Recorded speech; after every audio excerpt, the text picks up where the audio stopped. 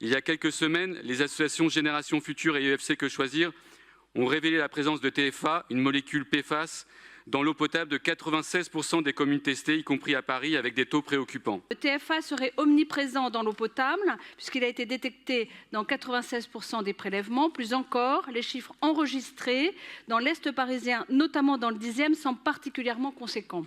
Un niveau qui, bien que non encadré aujourd'hui, doit nous alerter. Nous ne pouvons pas fermer les yeux. Il est urgent d'évaluer les risques sanitaires liés au TFA, d'intégrer cette substance au plan de contrôle de l'eau du robinet, d'adapter des normes plus strictes et plus protectrices, fondées sur les données scientifiques récentes et, le cas échéant, de faire évoluer les traitements de l'eau.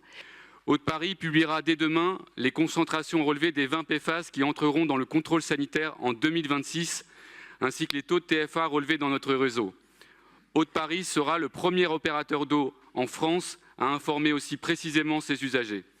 Je peux déjà vous garantir que l'eau de Paris est 100% conforme aux normes sanitaires et qu'elle le restera en 2026 grâce aux traitements mis en place et aux actions de protection de la ressource menées par Haute-Paris depuis 25 ans. Le problème, c'est qu'on sait qu'il y a des milliers d'autres PFAS dans l'environnement, potentiellement néfastes.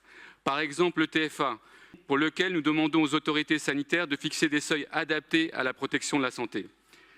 Et les traitements pour s'en débarrasser vont coûter de plus en plus cher. Ce sont les pollueurs qui doivent payer. Ce sont les multinationales de la chimie qui commercialisent ces polluants dont ils connaissent la toxicité depuis des décennies qui doivent payer. Pas les usagers, pas les collectivités, pas les pollués.